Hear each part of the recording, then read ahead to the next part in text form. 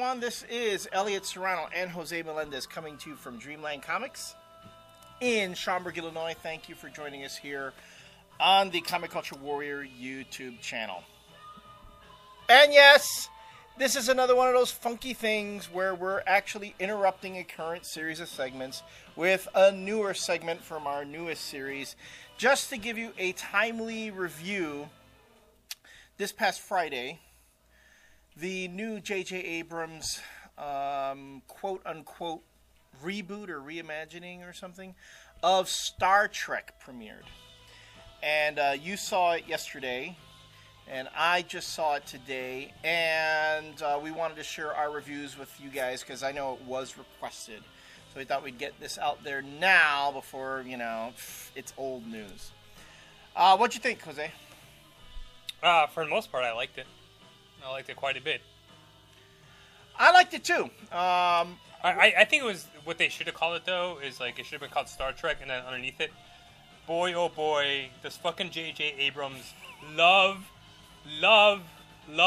lens flares. Jesus. Should call it Star Trek, the lens flare generation. Man. You're right, there were a lot of lens flares. Which is fine, because that's the signature thing. It wasn't distracting, but man, was there a lot of lens flares. Well, there's a lot of lens flares and a lot of Kirk hanging from stuff, either climbing or hanging. Yeah. So after a while, it got to be kind of ridiculous. But overall, in comparison to the Wolverine film, this movie... There is no comparison. There is no comparison. This movie has a stronger script. The action's really good. It has overall a stronger cast. It didn't fall on one person to carry the whole movie like Wolverine needed Hugh Jackman.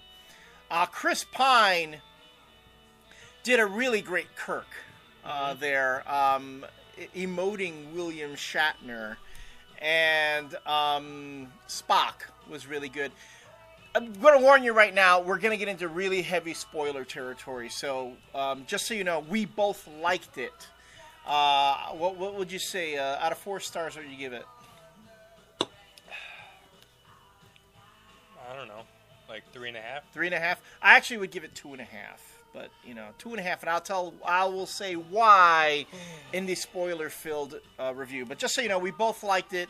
3.5 stars from Jose, 2.5 from me. And if you haven't seen it yet and you don't want spoilers, stop it now and come back, right? Okay, well, if you're still with us, we're assuming you've seen it or you don't care about spoilers. Why do I give it 2.5 stars? I don't know. You're going to have to tell me. Well, one, it's for all the stuff that it did really, really well, I think there were some cases where it was a bit indulgent. The movie just had... I mean, first, what about it appeals to people is how visceral. We're talking right from the very beginning. Shit starts happening to draw you in. Mm-hmm. And it's a very visceral film. And even JJ Abrams himself said it, that's what he wanted to do. That he even admits that he is more of a Star Wars fan than a Star Trek fan. So, not to be, misunderstood, it's a good film if you appreciate a visceral experience. But for me, Star Trek has also been about the cerebral experience. That every episode or whatever would explore a kind of issue or so it have wasn't some boring sort enough for you, is what you're saying. It just didn't give me any... Not enough people sitting around the table talking and eating Chinese food. I probably would have wanted that. But it was just that. I mean, I really wish it would have had some sort of theme to it. All it basically was the Enterprise beats a villain from the future. And if you ask me, the whole motivation for Nero was kind of weak. It's the old... His entire planet got destroyed? Well, it's a guy from the future who's mad because his planet gets destroyed. Fine. And he blames it on Spock. You're 25 fucking years in the past, you can change it. Or no, I'm sorry, 120-something years in the past, you can save your planet from being destroyed. What does he want to do? No, he doesn't want to save his planet from being destroyed. He wants everyone to suffer. No, he wants the Vulcans to suffer. He wants the Vulcans to suffer. And the Earth, right. Because he blames the Federation for it. Right. If you really don't want that sort of thing to happen, you stop the Federation and the Vulcans from doing that. You're not going to help anybody by blowing everything up and killing everyone.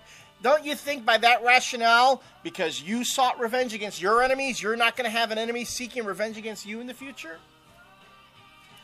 You know, it's those time travel things that when the characters are going through it, they really don't consider it. And the Nero character, yes. Well, it wasn't like he had a choice of when he was going back in time. He got sucked into that black hole. Yeah, he didn't have a choice, but you would think, wow, my whole family was destroyed, and now I'm 100 years in the past. I can change history, you know? He lets his wife... His wife has yet to be born. His civilization has yet to be lost. He can do something more positive than just going around, blowing everybody up. Well, I'm not going to agree with you with your little rant there, but I am going to agree that the one hindrance that I saw to the movie was that Nero just wasn't a good villain. No, he was very plain. And it really reminded me of the Romulans from Star Trek Nemesis. Yeah. Where it was just very... Yeah. I mean, the Romulans are all right, and they're cool. They're not the best villains, unless... It all depends on how you're using them. Right. But it was just a very boring... Yeah, it was just a very boring villain. There was really nothing to him except that for revenge. There was nothing really... There's no layers to him whatsoever. That's all he was, and that's what he was there to do. And whereas all the other characters in the movie, you got to see... all different facets of their personalities and what they can do and how they fit into this universe. Whereas Nero just kind of just like he's there, is like, all right, I'm going to kill everybody. Right. And mind you, if you had read the prequel that IDW did for the Star Trek film, you get a little more about his character, but even that was kind of thin, so...